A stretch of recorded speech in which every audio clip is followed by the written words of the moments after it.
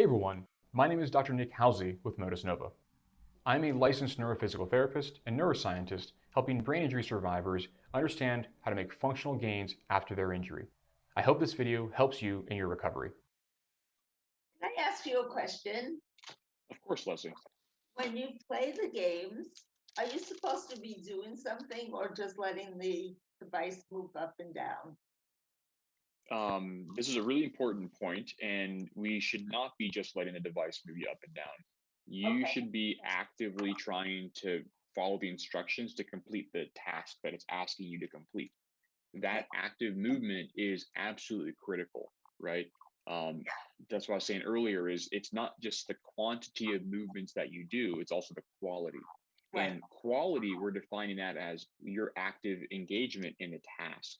So okay, you really need to be focused on it, right? It's the way I like to describe this is if you have one of those like old pianos that would play itself, right? I grew up with a neighbor next door that always had this piano on Saturday mornings. They would just break out the piano and it would just play itself, self-playing pianos. And you could sit in front of it and it would look like you were playing the piano. But if you then went on to a different piano and you started to play, it wouldn't sound quite as good. And so it also matters that you have to be engaged in the task to learn that motor performance again. So same sort of thing here. If you want to learn to play the piano, you got to play the piano actively. So if you want to learn to use your hand again following a stroke, we need to actually use it and be engaged in those tasks. okay. Now, do each game do a different thing for your arm? They're very, very different. Yeah. So I call them kind of clusters of activities. So they have clusters of activities that are focused on kind of the stretching, improving range of motion, reducing tone. There are other ones that are trying to improve more gross motor function. Okay. Kind of just the raw ability to open and close your hand. Then the Okay, other that I ones can are, yeah, yeah. And I could see that. You said you can do that and you showed me you could do that. It's great.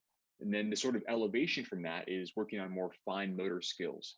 And then it gets more complex because then it's also endurance and it's also the ability to do not just fine motor, but to be able to integrate diverse visual information to respond quickly. do. And those are Now kind of you're the next talking thing. my language. Yeah, yeah. Thanks for watching this video. If you have questions or would like to speak with me about how you can make functional gains from home, call or text me at 404-939-3476 or visit motusnova.com/contact.